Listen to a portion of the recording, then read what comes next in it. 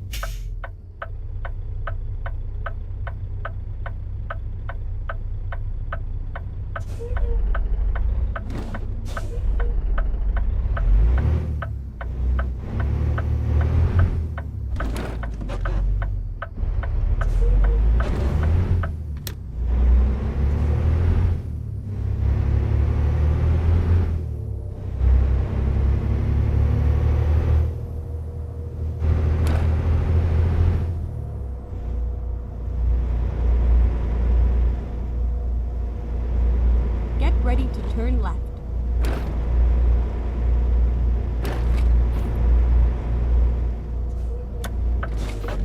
Turn left.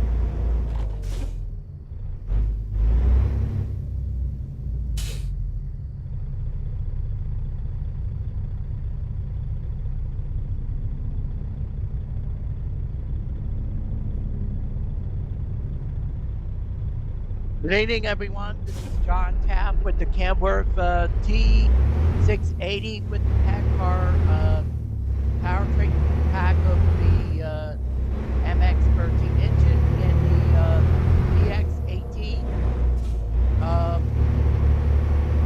We're going to go heavy hauling today, but we're going to start with Nebraska, which is for some forklifts. Keep left, and then turn left. Picking up my first load, and turn left. So let's go for a ride, everyone. It's gonna be great.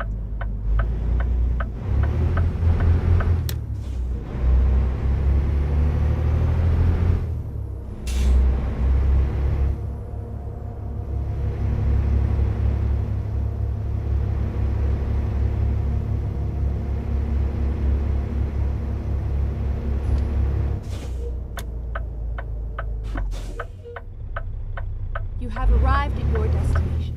Your route guidance is now finished.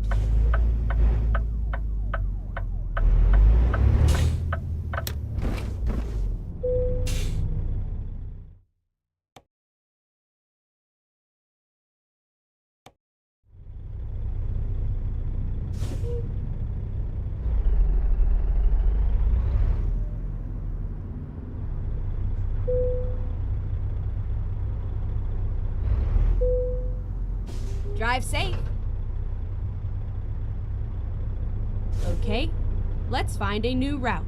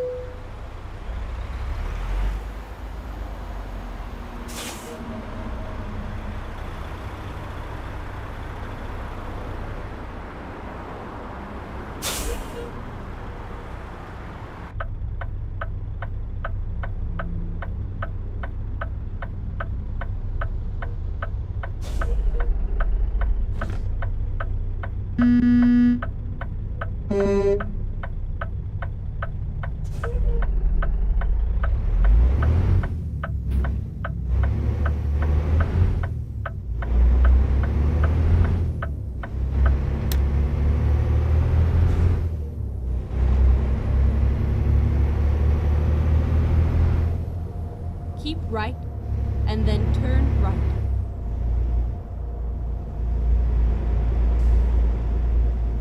Turn right.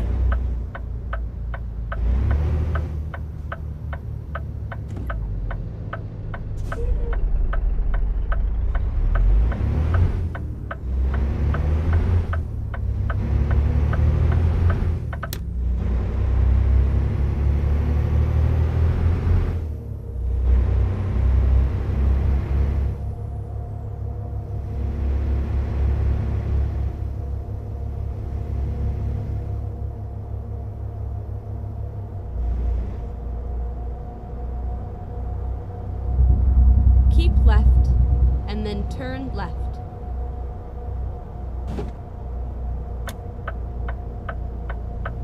Turn left.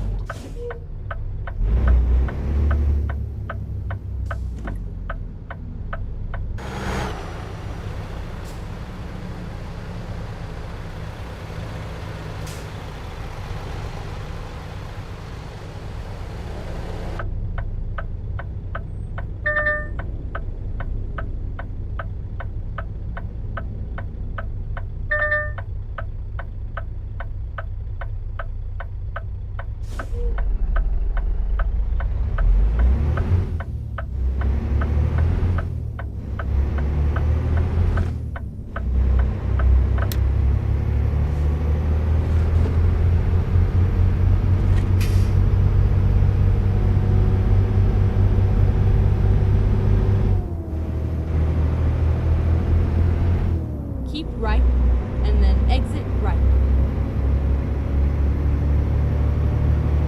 Exit right.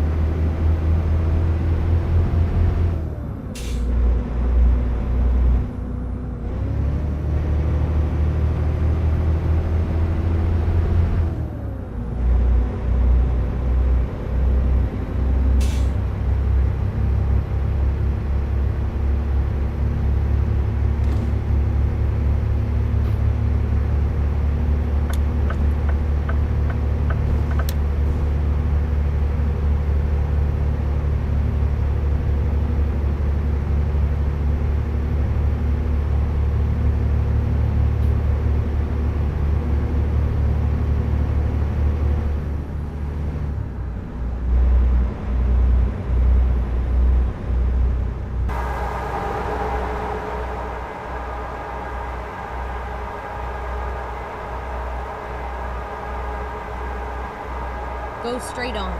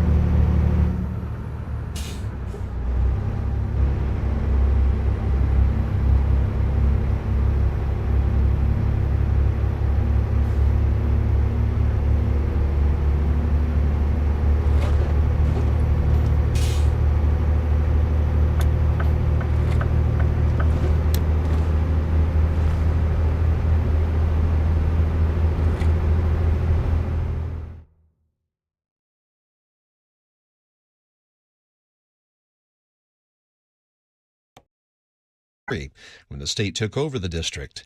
HISD says preliminary accountability scores from the Texas Education Agency show 74% of campuses got A or B ratings last school year, compared to 35% in 2023. HISD says 82 campuses that got D or F ratings 2 years ago are now rated A or B. We'll have more on this developing story as soon as we get more details. Attorney General Ken Paxton says that unless Texas House Democrats who fled the state return by Friday, he'll seek a court order to declare their seats abandoned.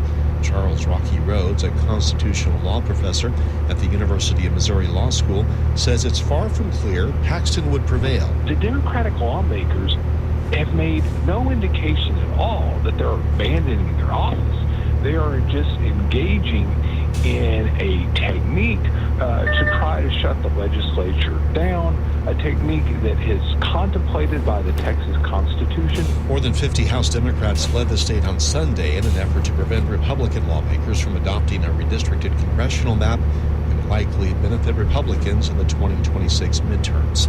Those Democratic state lawmakers say they are ready for whatever comes next as Governor Abbott threatens to have them arrested. Houston area Representative Gene Wu told Houston Matters today that the potential consequences of breaking quorum are worth it. It doesn't matter. What matters is that we protect Texans and that we protect the United States. Because if this is allowed to continue unchecked, if this power grab is allowed to continue, it will mean the end of our democracy. It will mean the end of everything that we knew to be America. Stay with News 88.7 for the latest on this developing story throughout the evening and tomorrow morning. Astros lead the Marlins in Miami this afternoon, 2-0 that game now in the second inning. Scattered showers this afternoon. You've seen some of that today. Tomorrow we could see more rain, the high around 92 here at the University of Houston. I'm Jack Williams, News 88.7. Support for NPR comes from NPR stations. Other contributors include the Doris Duke Foundation, which aims to support the well-being of people and the planet for a more creative, equitable, and sustainable future. And listeners like you who donate to this NPR station. This is All Things Considered from NPR News. I'm Juana Summers in Washington. And I'm Elsa Chang in Culver City, California. You've probably seen the pictures of an emaciated 18-month-old Mohammed Al-Motawak with his mother, Hidayat Al-Motawak. They are among many images shared by major media organizations, including NPR, that have come to define the extreme hunger gripping Gaza after months of Israeli restrictions on food aid. NPR producer Anas Baba spoke to the Al-Motawak family more than a week ago. But since that interview, the images of Mohammed have been widely circulated within Israel for a very different reason. Many believe that the images show the international media are falsifying reports of mass starvation in Gaza. NPR's Emily Fang takes it from here. Almost immediately after the images of 18-month-old Mohammed ricocheted around the world, an Israeli blogger falsely claimed the boy had cerebral palsy, which they claim caused him to appear to be starving when he was not. In fact, he had been going up to 4 days without food at a time. That's Susan Mohammed Maroof, a nutrition specialist at the Patients Friends Benevolent Society Hospital in Gaza. She's been Mohammed's primary doctor, treating him for malnutrition since January. She says the hospital gave him vitamins and milk. Mohammed's health improved. His mother, Hidayat Al-Motawak, shows NPR producer Anas Baba photos from that time. Mohammed is rotund and smiling, almost a different child from the one he is now. His doctors say Mohammed does not have cerebral palsy. He has muscular dystrophy. It's a genetic condition that in Mohammed causes lack of coordination. He has a slightly larger than average head as a result as well, and he is extra vulnerable to malnutrition. But with good food and physical therapy, his mother says Mohammed learned to stand this year. He used to laugh, play, and say Mom and Dad, she says. Then, in mid-March, Israel ended a temporary ceasefire. It tightened restrictions on what could get into Gaza. Food dried up. The United Nations says over 20,000 children have had to be treated for acute malnutrition since April, and many others, like Mohammed, have been unable to get treatment or even get a hospital bed. ما يقارب زي في النزحة الأخيرة إحنا ما يقارب إلنا 4 شهور. And his mother says Mohammed lost nearly 9 pounds since March. He lost his newly acquired ability to stand and to speak. Feeding is essential for life. This is Dr. Saeed Salah, a nutritionist who directs the hospital where Mohammed has been treated. If we give him good nutrients and other criteria for care of the baby, of the child, he will be dealing with a good life than what we are suffering now. With care and food, Mohammed can develop just as any other child would, he says.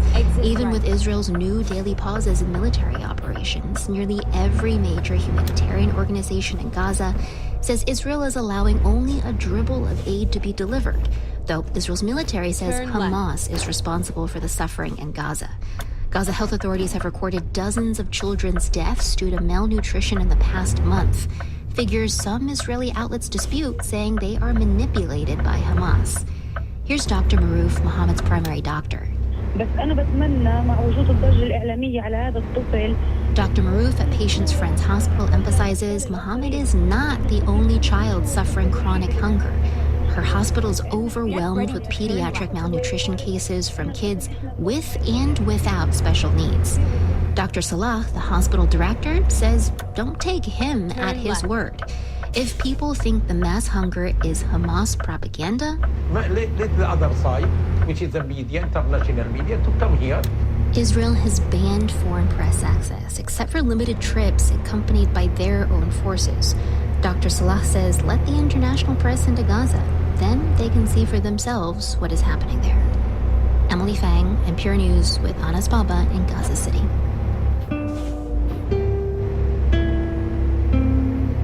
Yosemite is one of America's most popular national parks, especially during the summer when the park hires extra help. But this year, some of Yosemite's seasonal workers were asked to work without pay for the federal government for weeks. Kiara Eisner from NPR's investigations team has more. It's a Saturday in Yosemite, and federal workers are angry. Many of them have today off, but they've chosen not to climb El Capitan or enjoy one of the park's many waterfalls. They're protesting in the Yosemite Village instead. What do we want? Public land! Where do we want it? Public land! The protesters held up signs that said, "Your vacation needs our jobs," and "The government isn't trimming fat, it's senselessly cutting muscle." Since January, the firing of federal workers, voluntary departures, and retirements have amounted to the National Park Service losing almost a quarter of its permanent workforce. Seasonal workers have also been affected. Those workers typically do essential jobs like operating campgrounds, maintaining trails, and educating visitors. But this year, because Human Resources was struggling to deal with massive workplace shifts, the federal government wasn't able to hire them all on time. A lot of seasonals are driving across the country with all their life belongings in their car. We're told to mid-drive, hey, by the way, your start date's probably pushed back 2 weeks. In the meantime, you can maybe come. We might have housing, and maybe we'll onboard you when we can. That was a federal worker at the protest. NPR has agreed not to share the names of 6 federal workers who spoke with NPR because they do not have permission to speak publicly about this and fear retribution. Jesse Chakran is the director of the Fund for People in Parks, a nonprofit. They're dependent upon their job to have a home. And so it's a pretty complicated situation that it had terrible outcomes for a lot of the seasonal staff. Seasonal workers at national parks are often provided with housing as part of the job. That's because in remote parks like Yosemite, the nearest town can be more than a dozen miles away. I don't have any family on the West Coast at all, so I was like, I just need to live somewhere and have a stable house. That was a seasonal worker who planned to start at Yosemite early this summer. She says when she found out she wouldn't be able to begin on time, she was worried. So I emailed my supervisor and I was like, what are the options? What can I do? And that's when they first responded with, you can volunteer. Workers told NPR that more than 50 seasonal employees volunteered for as long as 6 weeks before they were hired. For hundreds of hours, they did jobs like maintaining trails and educating visitors for free. They did get to stay in government housing at Yosemite during that time. NPR reviewed signed housing agreements that showed the value of that housing was less than $500 a month. Chakran, the nonprofit leader, pointed out that the park has a policy aimed at protecting workers from being exploited by the federal government. There's also a policy that you can't volunteer for your job so that people are not taken advantage of. The seasonal workers did say they were asked to volunteer in different divisions from the ones they were originally hired for. Kevin Owen is an employment lawyer who has represented federal workers. It looks like it is inconsistent with the policy that they have in their handbook. Whether or not it actually is a violation of the FLSA is going to be heavily fact-dependent. The FLSA is the Fair Labor Standards Act. NPR reached out to Yosemite and the Park Service. Neither responded to questions about how seasonal employees were hired this season. But the workers NPR spoke with said they do feel like the federal government took advantage of them. Here's the woman who volunteered again. It's like, no, that isn't how it should be. That is just not how it should be. The federal worker at the protest says the people who work at Yosemite are a strong community of folks who love public lands and want to protect them. They are here because they believe in the work and they want to work for the federal government and they want to be public servants. And that's who we're hurting. By now, the workers NPR spoke with have been hired by the park and are receiving payment. They're making between $19 and $23 an hour, they said.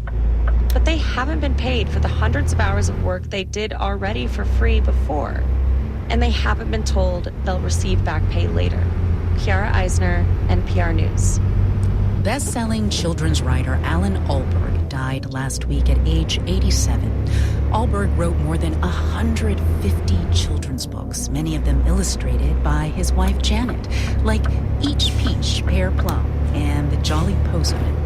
Janet died of breast cancer back in 1994. Their books were known for their playfulness and their humor, and NPR's Elizabeth Blair has this appreciation.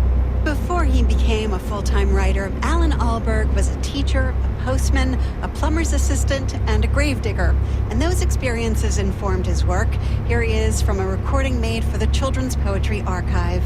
I used to be a school teacher, and this one shows me in my classroom at the end of the day, getting rather ragged, as you will hear. Alberg's poem is about several missing pairs of scissors. We really need those scissors. That's what makes me mad. If it was 7 pairs of children we'd lost, it wouldn't be so bad. Alberg's stories often include characters from famous fairy tales, like Cinderella and the Big Bad Wolf. Good morning, 3 bears, beamed the jolly postman, popping his head round the door. I've got a letter for you this morning. The Jolly Postman books were interactive, with tiny envelopes with letters inside and postcards that readers could pull out. In 1987, reviewer Chris Powling wrote, "As a matching of word and image, it's a virtuoso performance.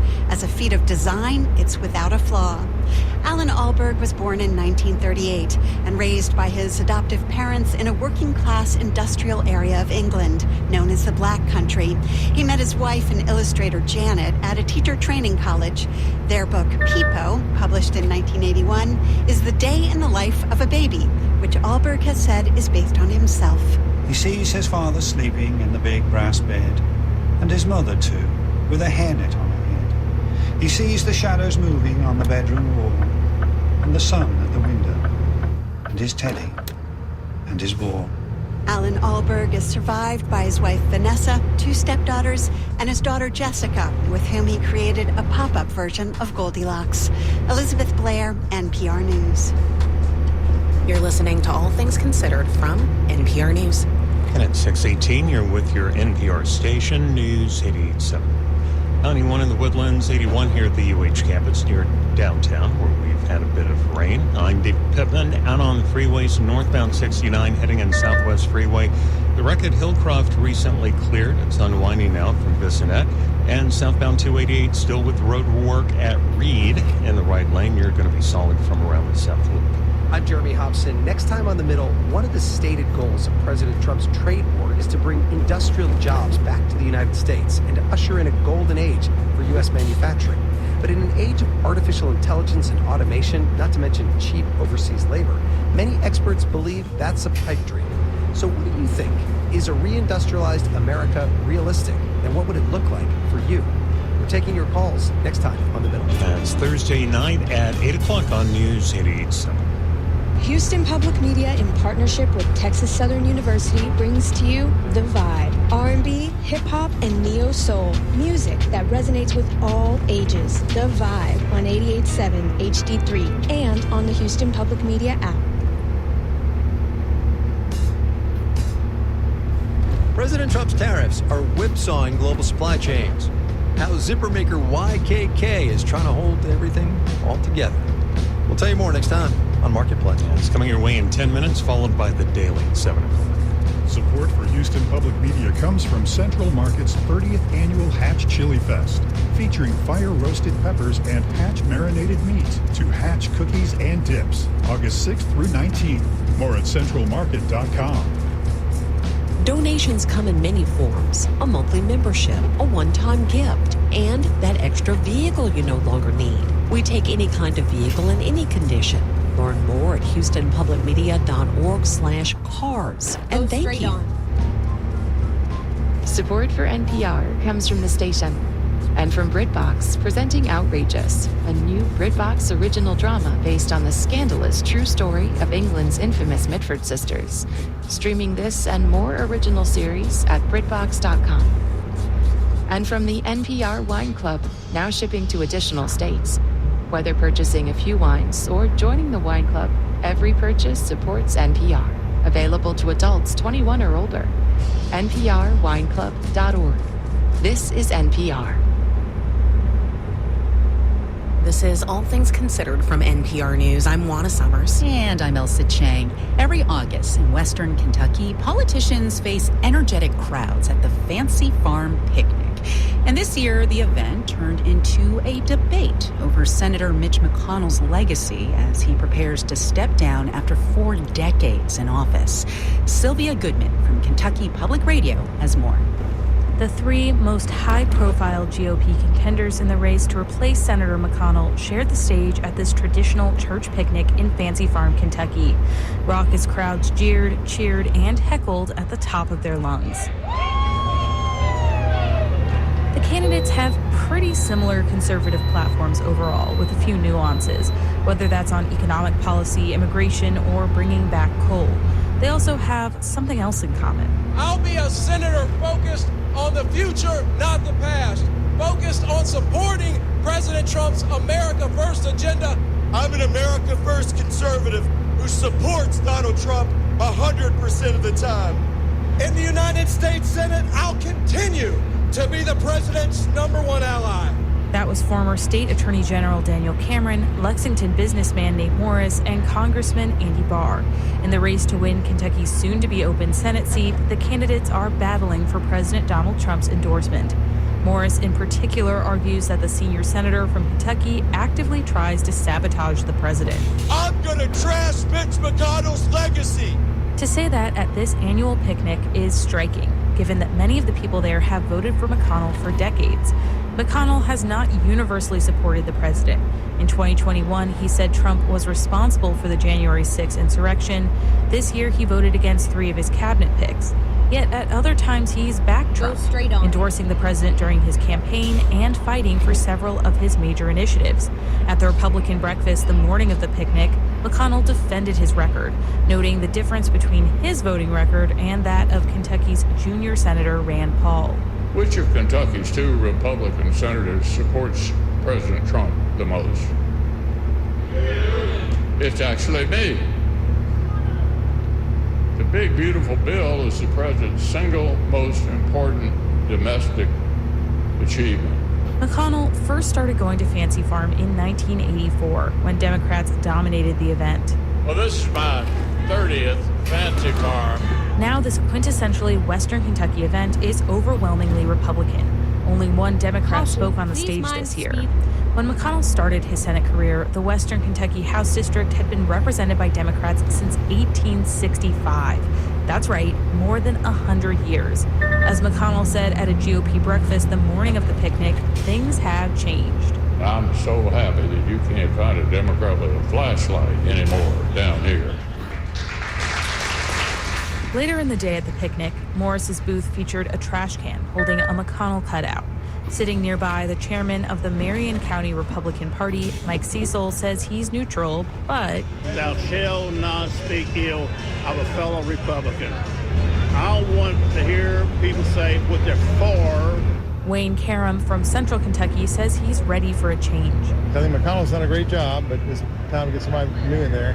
Michael Gilbert from Western Kentucky said he was relieved when McConnell announced he would step down, even though he did some good things for Kentucky in his time. We were proud of him for a while, but then he started kind of going off to the left a little and voting ways that we didn't agree with. Already, the candidates and various PACs have been running ads throughout the state, attacking candidates for not supporting Trump enough or for having supported McConnell in the past. For NPR News, I'm Sylvia Goodman in Fancy Farm, Kentucky. Generally, we want kids to stay in school and not just to stimulate their young minds. People with high school diplomas statistically make more money, have better health, and generally stress our taxpayer-funded social services less than those without. So what if we were to pay students to keep them in class? Well, we have some data on this now. A study in New Orleans and Indianapolis gave $50 a week, no strings attached, to a few hundred low and middle income high schoolers. Over 40 weeks, each student got $2,000. The Rooted School Foundation helped facilitate the study in 2 of its charter schools, and Jonathan Johnson is founder and CEO of Rooted. He joins us now. Welcome. Thank you so much, Juana. So, Jonathan, just start by telling me, what was the origin of this study? In 2020, our attendance dropped from 85% to 60%. When we asked families why, the answer was simple: money. Students were staying home to work or care for siblings, so we tested the simplest solution: just give them money. We saw that students who were in the treatment group attended 1.23 more days of school per semester. Giving $50 a week did move the needle with academic engagement, and we also saw a lot of other impacts. You've talked there about attendance. I wonder, did you see other improved academic outcomes, like, say, better grades, for instance? We didn't see statistically significant improvements in GPA, and just something to keep in mind is that the study largely occurred over one semester of a school year. And so it's very, very hard in the educational arena to see significant changes over just one semester. We would need to do it over an extended, 1 year, maybe multiple year study. So that's just something for listeners to keep in mind. Now, some people may hear $2,000 per student per year helped keep them in school an average of 1.23 more days per semester and wonder, is that the most effective use of that kind of money? We think it is. There are very few interventions that local governments are funding or that states are funding that have randomized control trial evidence behind them. We think that, if we extend that over a year or against multiple years, there's a big bang for the buck there. One of the things that I found super interesting about this study is the fact that it was done with debit cards, so we know broadly what these young students spent that money on and how much money they saved. What stood out to you in that data? So about 45.8% of funds were spent on essentials like food. Another 12% or so were spent on transportation. So a majority of the spend that we saw was on meeting basic needs, which interestingly was consistent with how adults are spending money in similar types of programs across the country and world. Something else that stood out to me is that students saved an average of $300 by the program end. So the fact that students were given this money without conditions, and on the other side of that, demonstrating that with the increased trust, they could be responsible, they could be reliable, was something that I didn't anticipate at the start. Jonathan, I can imagine that some people out there might feel morally uneasy about the notion of paying kids in our society to do something that they're quote-unquote supposed to do, like going to school, especially if some of them spend even just a fraction of that money on clothes or accessories, things that kids want but maybe wouldn't necessarily fall into what we consider a bucket of needs. Have you thought about that? It was a concern that, frankly, I had going into the study. I mean, there was no evidence that this could be impactful. We ran a rigorous randomized control trial, and the evidence was clear that small amounts of money create big impacts in educational outcomes. And for us, that should matter to everyone who cares about student success and building our workforce for the future. We've been speaking with Jonathan Johnson. He's founder and CEO of the Rooted School Foundation. Jonathan, thank you so much. I want to thank you so much for the opportunity. And 6:29, and you've been listening to All Things Considered on News 88.7. Marketplace is 1 minute away. In a world that can feel so divided, language is something that actually brings us together. Languages as different as Irish and Italian and Russian and Hindi and English have these connections hiding right there in plain sight. A host of the public radio show A Way with Words on the joys of belonging to a community of word nerds. That's next time on Think. It's coming your way 10 o'clock tonight on News 88.7. In a world that can feel so divided. Support for Houston Public Media comes from attorney mediator Ron Bankston, providing in-person, video conferencing, and hybrid mediation and arbitration services. More information is available at ronbankston.com. Media comes from Alley Theater, presenting Agatha Christie's The Mirror Cracked, a mystery where everyone becomes the suspect of a murder in a web of jealousy and hidden truths. Tickets and more at alleytheater.com. Marketplace is supported by Yubico, makers of the YubiKey. YubiKey helps protect important digital applications and services. YubiKey, still undefeated, the original passkey. More at yubico.com. How about just a general survey of the state of this economy today? You got a minute for that? From American Public Media, this is Marketplace.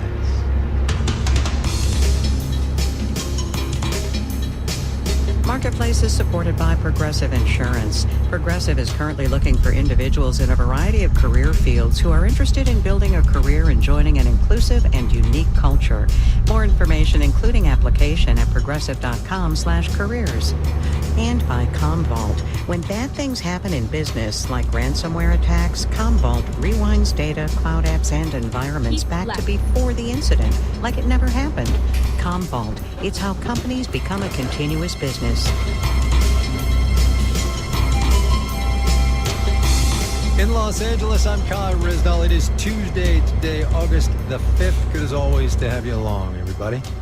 We are going to begin today with commodities, petroleum-based commodities in particular, of which the United States is the world's biggest producer, crude oil and natural gas both.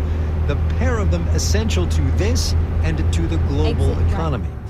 But their fortunes seem to be diverging, which I will highlight by quoting their prices today. A barrel of both the U.S. and global benchmarks, West Texas and Brent crude, down about 1.6% today. Natural gas, on the other hand, denominated by in millions of BTUs, should you be curious, up 2.6%. Of course, price quotes do not effective analysis make, so here's Marketplace's Elizabeth Trovall to do that. The U.S. has gotten great at fracking oil, but the world is producing more oil than it needs. There's a big debate out there in oil circles on whether or not the U.S. is about to start declining in oil production. That's the Dallas Fed's Garrett Golding. When you look at rig counts, when you look at the amount of frac crews that are out there in the shale basins, when you look at oil prices, it all points at the U.S. starting to plateau. But as crude oil fundamentals are weakening, a totally different story is playing out for U.S. natural gas, which is finding new markets in Europe and Asia, says RBN Energy's David Brazil. So the last 2 months have been absolutely wild in terms of big new natural gas demand centers from LNG making final investment decisions. But here's where the rubber meets the road.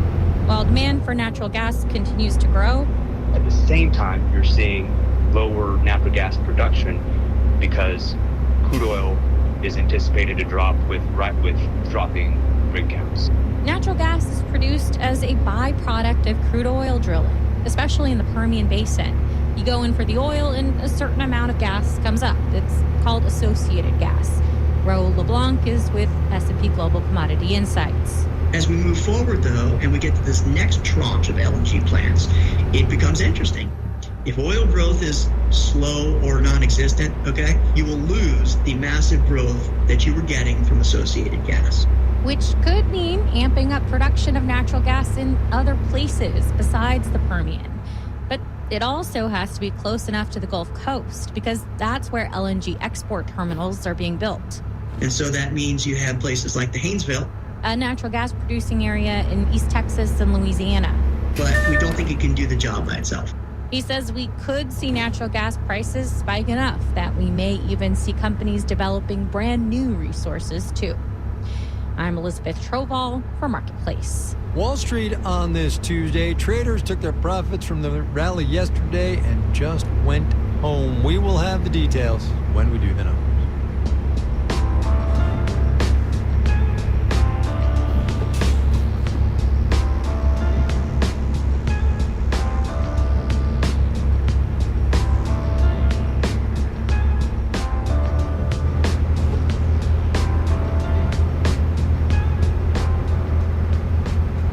Probably know, because we say it a lot, that spending by or on behalf of consumers makes up something like 70% of this economy. That's the consumption side of things. The production side of things can be broken down broadly now into two buckets: goods, making things, and services, haircuts, restaurants, all of that. And services, in a neat bit of economic symmetry, is about 70% of what we do. All of which I mentioned because we learned today from the Institute for Supply Management, their monthly services survey, that activity there in services, that is in 70% of the economy, practically flatlined in July. Laura Veldkamp is a professor of economics and finance at Columbia University's Business School. Welcome back to the program. Thank you. Happy to be here. The thing with services, of course, is that they are less vulnerable to tariff effects. But clearly, if you read some of the comments in this morning's ISM report, people in services are worried. They're seeing things like tariffs are affecting prices, uncertainty is bad. I mean, it's not great out there in services. Absolutely. This report suggests that services are really stagnating, and we're starting to see the effects of tariffs and tariff uncertainty. If you're a restaurant, sure, a lot of what you provide is the services, is the wait staff and the dishwashers and so forth, but you also need, say, tomatoes to make your salsa, and you need some meat that you might get from overseas, and you need some fruit, even in the winter when it's maybe not grown locally. And all of that stuff is both getting more expensive, and they're facing a lot of uncertainty about what the price will be in the near future. Here's the thing I've been trying to wrap my brain around, though, since the 2nd of April and the tariff palooza that we had that day. We, which is to say economists, analysts, business and economic journalists, pretty much everybody has been waiting for tariffs to really start to bite. And I'm puzzled by the slow roll. It's definitely picking up, but I'm very puzzled by that slow roll. I think a lot of businesses stockpiled materials before the tariffs took effect. And so I think firms were burning through that inventory for quite a while, and they're starting to run out. Now they're left having to buy things anew at higher prices. So as we go forward now with that roll starting to pick up, as I said, what do you anticipate the next, from like now till Christmas? What do you think things are going to be like? I think we're going to start to see the increase in prices that was brought on by tariffs percolating through the economy, and we'll see prices start to rise more. Are you concerned about economic growth? Absolutely. I mean, anytime we make things more expensive, we're not getting something better, and we're having to pay more money for it. This is really bad for growth. That's what we as economists would call a negative supply shock. All right, so let's roll it all into one. We've got ISM this morning. We had the jobs report on Friday. We've got your concerns about growth. Your gut feeling right now about this economy? Well, there are two parts of the economy.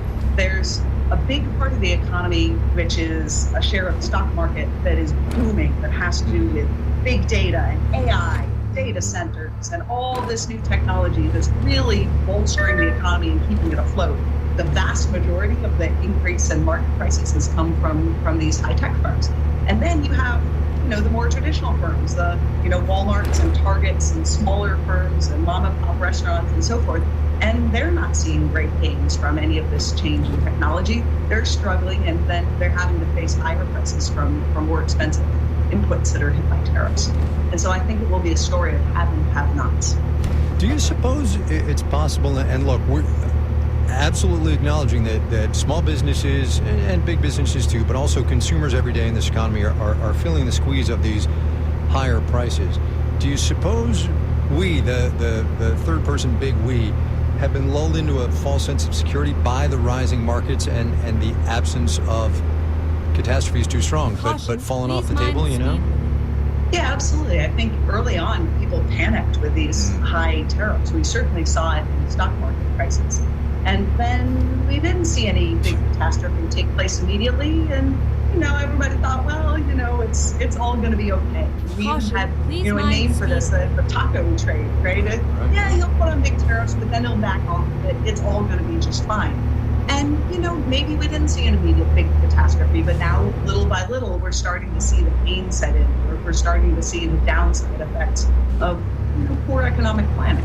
Yeah, it's that slow roll. Laura Veldkamp at Columbia University, the Business School there. Professor Veldkamp, thanks for your time, ma'am. I appreciate it. My pleasure.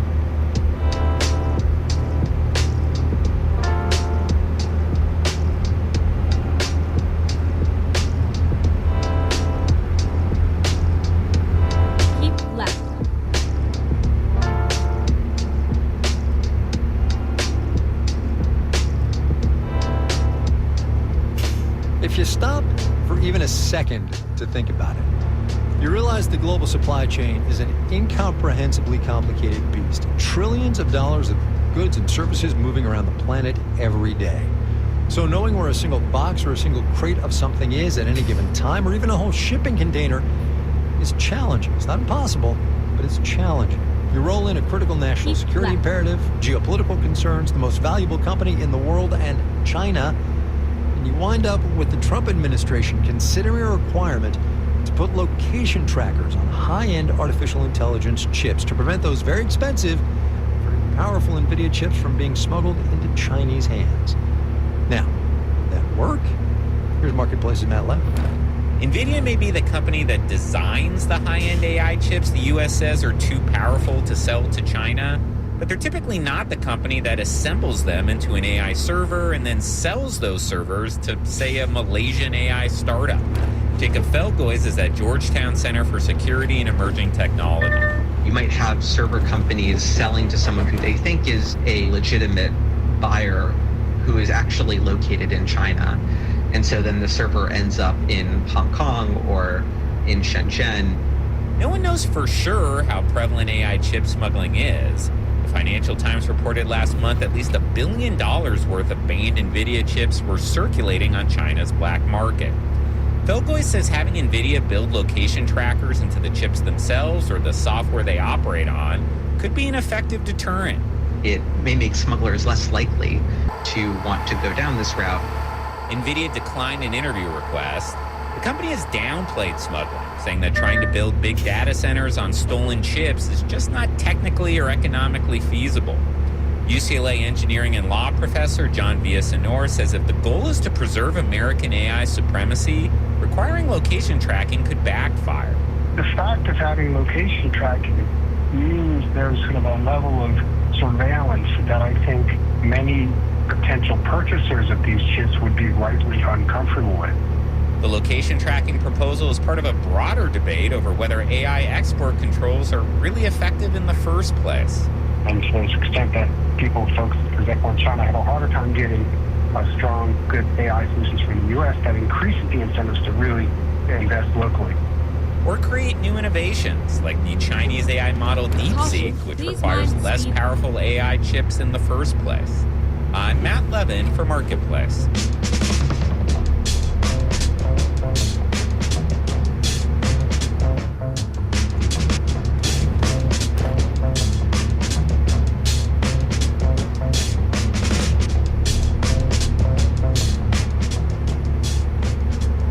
Coming up. I wish that 20-year-old me knew that something like this even existed.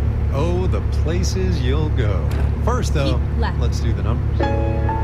Dow Industrial's off 61 points today, about a 10%, 44,111. The NASDAQ down 137 points, that is 0.6%, 20,916. The S&P 500 subtracted 30 points, about 0.5%, 62,99. I'm going to use a phrase here that was in a company earnings call today. You guess the company, all right? Here it is. The impact of tariffs. So many possibilities, right? Today, Caterpillar, which was talking about why the cost of making big machinery is climbing. Caterpillar profit down 18% in its last quarter compared to the same period a year ago. More on Caterpillar and tariffs a little bit later. Shares, though, because capitalism eked out a small gain, about 0.1%. Pfizer lifted more than 5% today after beating expectations for its last quarter and raising its full-year forecast. Possible clouds on the horizon, though. New pharma tariffs are promised. Pressure from the Oval Office to cut drug costs is being applied. You're listening to Marketplace. The Numbers is supported by Odoo.com, your entire business on one platform. Marketplace is supported by Viking, dedicated to bringing travelers to the heart of each destination with small ship, river, ocean, and expedition voyages, offering cultural enrichment and immersive experiences. Discover more at Viking.com. And 644 on News 88.7. The president didn't just say wrong. He said rigged. He said these numbers were rigged out of political bias against him. And there's absolutely no evidence for that. But I think that suggestion by the president is what has so many people so alarmed right now. I'm Natalie Ketroev. That's Today on the Daily from the New York Times. It's coming your way in 15 minutes at 7 o'clock. With most House Democrats out of state and the special session in Austin essentially halted, what's not happening in Texas this week may be as interesting as what is. I'm Craig Cohen. We seek context and clarity on that and more on our political roundup on the next Houston Matters. Tomorrow morning at 9.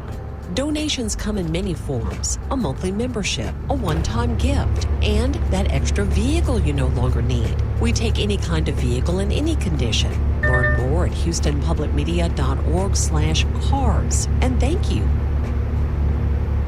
This is Marketplace. I'm Kai Risdom. There is a very good chance that if what you're wearing now has a zipper on it, it came from the Japanese company YKK, the biggest zipper maker on the planet.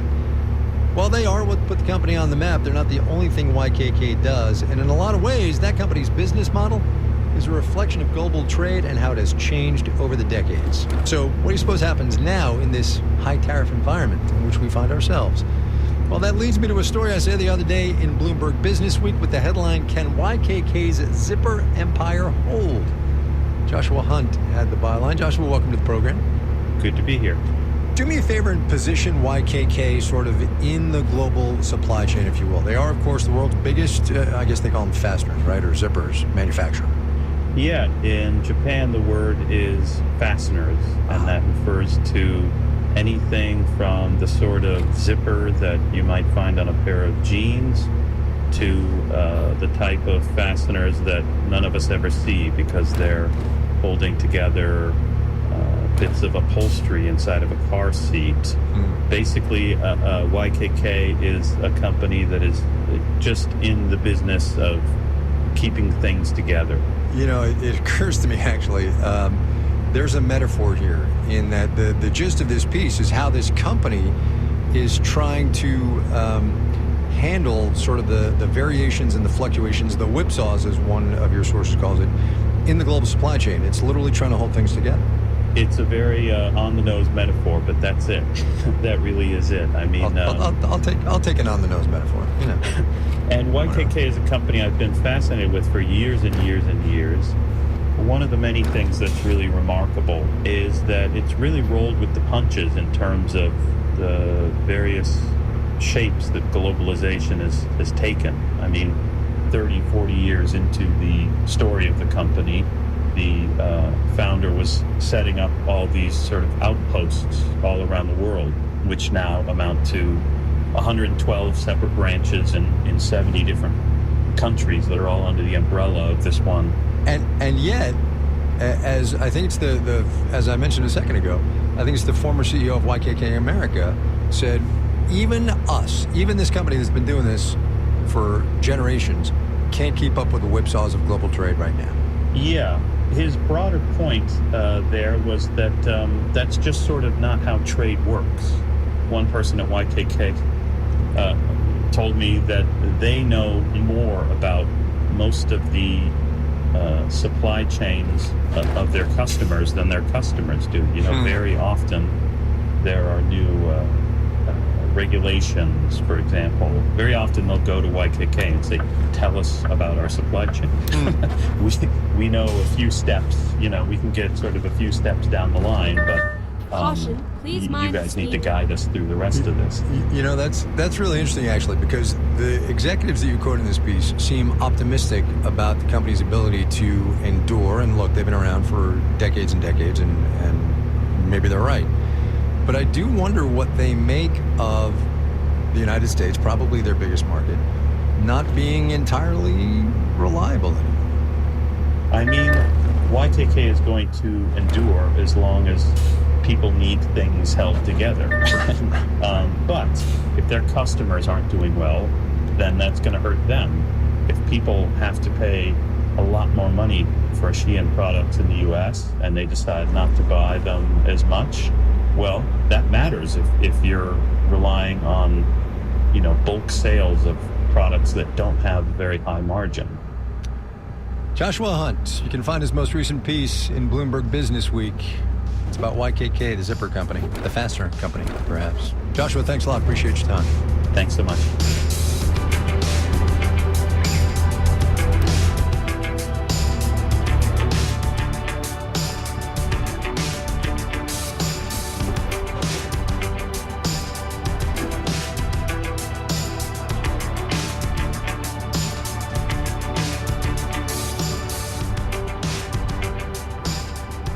I promise you we didn't plan it this way in our news meeting this morning, but that conversation I had with Laura Veldkamp about the big picture realities of a slowing services sector in this economy, it's going to play out in real life in this next story. Yum! Brands, the parent company of Pizza Hut, KFC, and Taco Bell, reported quarterly results this morning. International sales were the key to the company's second quarter profits, but U.S. same-store sales were down at both Pizza Hut and KFC. Growth slowed at Taco Bell, which is its most resilient chain. And as Marketplace's Savannah Peters reports, it's a similar story elsewhere in the quick service restaurant sector. Americans do a whole lot of eating out and ordering in. So a slowdown in spending on those categories can be an early sign we're pinching pennies, says Alex Suskind, who studies the food industry at Cornell. When consumers get nervous, eating out in restaurants is one of those things that disappears pretty quickly. And struggles at fast food chains can signal that middle and lower income consumers in particular are feeling squeezed. Ben Cawley with the trade magazine QSR says just a few years ago, COVID stimulus and fast wage growth helped those same income groups roll with fast food price hikes. There was a discussion in the industry of okay, when is it going to be the time where consumers have had enough? People started to lose their appetites over those prices about a year and a half ago. And that's when you saw the influx of all these value messages. McDonald's $5 meal deal, Taco Bell's super cheap cravings menu. These are bids to win back consumers who are having more meals at home. And when they do hit the drive-thru, says Lynn Dornblazer with the marketing firm Mintel, what they're looking for is limited time offers, coupons, meal deals, ways to optimize what they're getting. Even the relative resilience of Yum! Brand's crown jewel, the Taco Bell brand, tells a story of a consumer searching for value, says Sarah Senator with Bank of America. The build, if you will, for a Mexican menu item, it tends to be a little bit less protein than, for example, a burger. It's a lot easier to keep a lid on Crunchwrap and cheesy bean burrito prices. Senator says fast foods race to the bottom when it comes to menu pricing. Could be a canary singing very quietly right now. And warning us that consumers making the least money could be facing extra financial pressure. I'm Savannah Peters for Marketplace.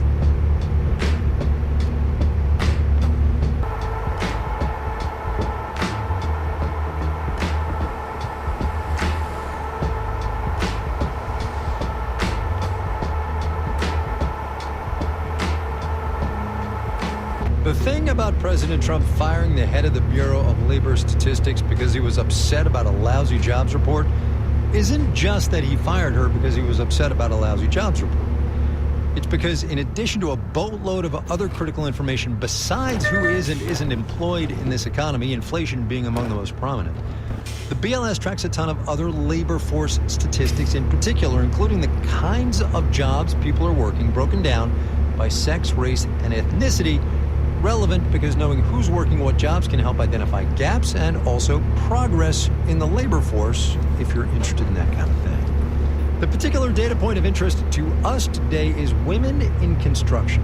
Of the 8.5 million Americans who work in construction and related trades, that's carpenters and electricians and the like, only 4.3% of them are women, which sounds low, but thanks to the BLS keeping track, we see that 4.3% is up from a mere 0.3% a decade ago. That's a setup for today's installment of our series, My Economy. I'm Catherine Christie. I own She Fixed That, LLC, based in Morris County, New Jersey. I started off my business in 2019, and I went full-time as a handy person pretty much right around COVID. Honestly, I was posted about in one of those Facebook mom groups, and those moms, man, they blew me up. I couldn't book fast enough, keep up. Big learning curve with allowing myself time to, be sick. It was amazing. And it was all born of just being a tinkerer as a kid and fiddling around with the VCR before my mom threw it out. And then, I don't know, it was just that eureka moment of I am meant to work with my hands. I focus mostly on carpentry now rather than handy person stuff. I would say about 90% of the people who reach out to me just cold, whether it's Google, through Instagram, it's a lot of single moms. It's a lot of divorced women, women living by themselves that don't necessarily feel comfortable having a strange man come into their house. Exit right. I have definitely seen costs go up over the last, let's say, 3 months or so as a result of tariffs. I've seen the sheets that I get go up by about $3 at least per sheet. I had a client back before tariffs even came in, and I was like, I'm going to quote you right now, but I'm just telling you, and I do not mean this in any kind of a pressury way of look now, or the cost is going to go up. But the sooner we get this underway and I can get a deposit, go and buy the materials, even if I'm folding them for a period of time, that's going to save us money because costs are going up, period.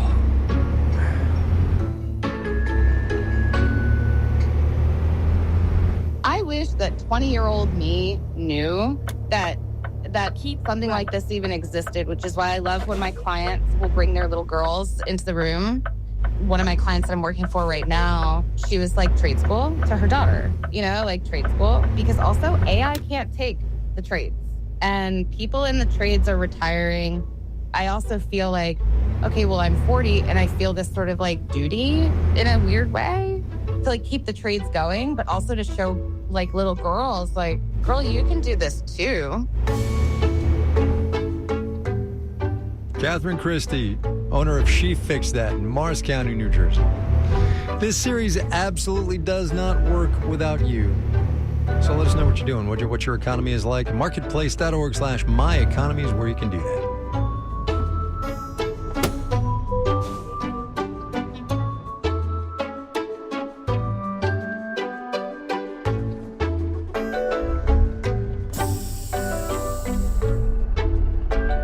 Marketplace is supported by Odoo, dedicated to providing software designed to scale with businesses.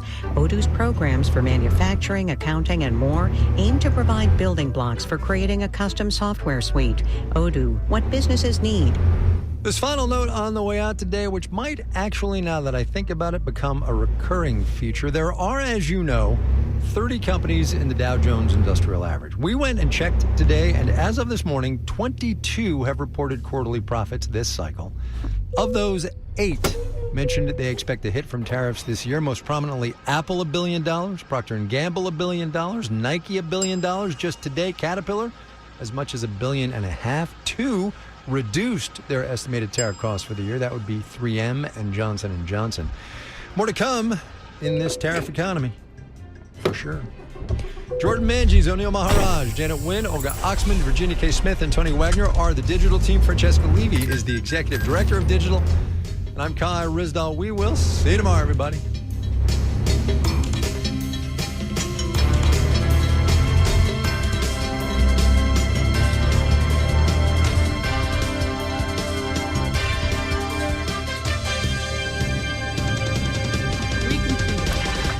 is APM. Turn left. We're a minute away from 7 on a Tuesday evening on your NPR station, News 88.7. One last look at the drive home finds a couple of newer wrecks. One of them heading out on the Gulf, southbound 45 at Griggs. 2 center lanes occupied there. Also on the North Loop 610 eastbound, wreck at TC Jester and the right center lane. And that ongoing road work still with us, southbound 288 at Reed. Right lane taken up, you're going to be slow from south. Support comes from SunnyPro, a Houston-based business advisory firm providing tailored consulting solutions, specializing in technology assessments, cybersecurity, AI strategy, and more. Details at sunnypro.com or follow at SunnyPro LLC. It'll be mostly clear overnight with a low around 78. No surprises at all for the rest of the week. Mix of sunny clouds, highs in the mid-90s, and scattered afternoon showers and storms. Right now it's 83 here at your NPR station, KUHF Houston News 88.7, the service of the University of Houston at 7 o'clock. We have an economy that, based on the numbers, is still relatively okay. And if we were just talking about the numbers instead of the people responsible for producing them, I'm not sure we would be having this conversation today. I'm Natalie Kitroeff. That's coming up on The Daily from the New York Times. The Daily is supported by Seed. Seed's DS-01 is a 24-strain 2-in-1 probiotic and prebiotic engineered to survive digestion, support healthy regularity, and promote whole body health. Learn more at seed.com/public. And by Progressive Insurance. The Name Your Price tool provides a range of coverage options. Progressive.com. Price and coverage match limited by state law. And by American Public Media. Live from NPR News, I'm Giles Snyder. Texas House Speaker Justin Burrows says he's been meeting with officials from the State Department of Public Safety about locating and returning the more than 50 Democrats who have fled the state to prevent Republicans from moving forward with a redrawn congressional map that President Trump has pushed for. DPS is actively working to compel their attendance after I signed their civil arrest warrants yesterday, and will continue to do so until those members are back in this chamber. At the White House today, President Trump said the FBI may have to get involved for a second straight day. Democrats were successful in denying Republicans a quorum needed to pass legislation. President Trump declining to comment on reports that Israel is considering a military takeover of Gaza. NPR's Franco Ordonez reports that Trump says he's focused on getting food into Gaza. President Trump isn't saying whether he supports suggestions by Israel Prime Minister Benjamin Netanyahu to expand the war. Well, I don't know what the suggestion is. I know that we are there now trying to get people fed. At a White House event, he was asked specifically about possible full occupation of Gaza. Trump first talked about U.S. aid efforts. So that's what I'm focused on. As far as the rest of it, I really can't say. That's going to be pretty much up to Israel. Trump has prioritized ending the conflict in Gaza, pledging tens of millions of dollars for food to the region. Earlier this week, Trump's envoy to the Middle East visited a U.S.-backed aid distribution site in southern Gaza. Franco Ordonez, NPR News, the White House. Palestinian and UN officials say Gaza needs around 600 aid trucks to enter every day to meet humanitarian requirements. But as the hunger crisis in Gaza worsens, it's becoming dangerous. Some truck drivers have been killed trying to deliver aid, and others have quit. After months of waiting, the Centers for Disease Control and Prevention has received the $9 billion of funding approved by Congress for the 2025 fiscal year. It's according to CDC staff. NPR's Selena Simmons-Duffin has this exclusive report. Most of CDC's funding goes straight to state and local health departments who work to promote public health in their communities. For months, CDC couldn't send out their money on schedule because of mysterious delays receiving funds from the Office of Management and Budget. Now, a senior leader at CDC tells NPR that the full budget for the 2025 fiscal year has been released by OMB. That's good news for many health departments, including those waiting on funding for a key overdose prevention program called Overdose Data to Action. However, last week, OMB issued a memo freezing several specific budget lines across CDC. those programs can only pay for staff and benefits. Selena Simmons-Duffin, NPR News. And you're listening to NPR News. The Trump administration wants to make it easier for companies to use drones to deliver packages, inspect power lines, and more. NPR's Joe Hernandez reports the Transportation Department says the new proposed rule also seeks to keep airplanes and people on the ground safe. Commercial drones would have to be built to certain industry standards, yield to airplanes, and be banned from flying over large outdoor gatherings like concerts and sporting events. Transportation Secretary Sean Duffy says companies needed waivers in the past that were granted on a case-by-case basis. Now, he says businesses will be able to use drones more easily and in new ways. You may get a Starbucks cup of coffee from a drone. The way you get your products will fundamentally change. Certain employees involved in commercial drone operations would also be subject to a security check by the Transportation Security Administration, or TSA. Joe Hernandez, NPR News. A Confederate statue that was toppled during Black Lives Matter protests in Washington, D.C. is to be reinstalled. National Park Service made that announcement today, saying that the statue of Albert Pike will be restored and placed back in its previous position at Washington's Judiciary Square. The Park Service says the move is in line with President Trump's executive orders. D.C. Congresswoman Eleanor Holmes Norton is pushing back, saying she will reintroduce a bill to permanently remove the statue. Wall Street slipped today on renewed concern about President Trump's tariffs. The Dow dropped 61 points, or 0.1%. The S&P 500 and the NASDAQ also closed down. This is NPR News. Support for NPR comes from NPR stations. Other contributors include the Doris Duke Foundation, which aims to support the well-being of people and the planet for a more creative, equitable, and sustainable future. And listeners like you who donate to this NPR station. From the New York Times, I'm Natalie Kitroeff. This is The Daily.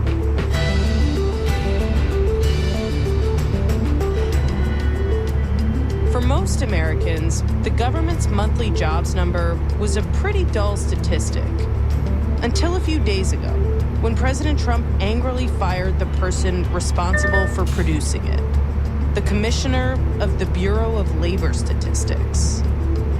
Now, from Washington to Wall Street, everyone's wondering whether you can still trust federal statistics if the president is willing to just get rid of people who give him facts he doesn't like. Today, I speak with my colleague, Ben Castleman, about how the government's economic data suddenly turned into a national drama.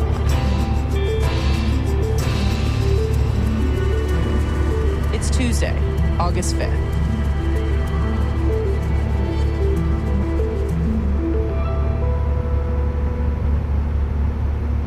Ben, I just want to start by acknowledging that we may be on the brink of the nerdiest daily episode ever, but I am really excited to have you on for this because honestly, this is kind of your Super Bowl. I mean, you have made a career of labor numbers, and this time we didn't just get job numbers.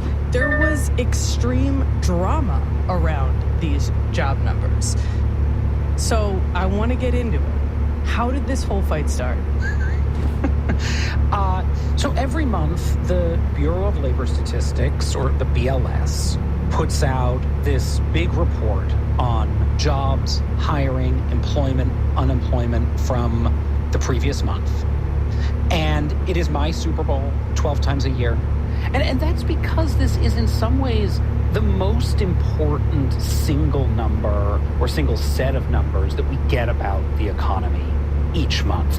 It matters to regular people, right? This is about whether people have jobs and can find jobs. It's important to policymakers at the Federal Reserve who are trying to decide whether they should raise or lower interest rates. It's a hugely important political number that tells us, as well as any other set of numbers, whether the president is succeeding or failing in his management of the economy. And so this is a set of numbers that we all sort of drill down on the moment they come out. They hit the website at 8:30 and we're all sort of frantically refreshing to see what these numbers show. And this time we refreshed the website and it says 73,000 jobs were added in July, which is not great. It was weaker than forecasters had anticipated, but it was not a crushing blow. The numbers are not catastrophic, but they're not great either. That's right, but with one big caveat, which is that they also revised the jobs for May and for June, the last 2 months. And they revised those down by 250,000 jobs. So we thought we had added around 150,000 jobs a month in May and in June, which would have been solid numbers. We had reacted to them and said, these are great numbers. Right. Those got revised down to more like 15,000 jobs in each of those 2 months. Wow. So all of a sudden, this picture that we had of the labor market, this labor market that was chugging along, that was resilient, that had shown sort of no signs of cracking despite tariffs and uncertainty and all the other stuff that we've been talking about, all of a sudden it looks like, well, maybe there were deeper cracks than we had realized.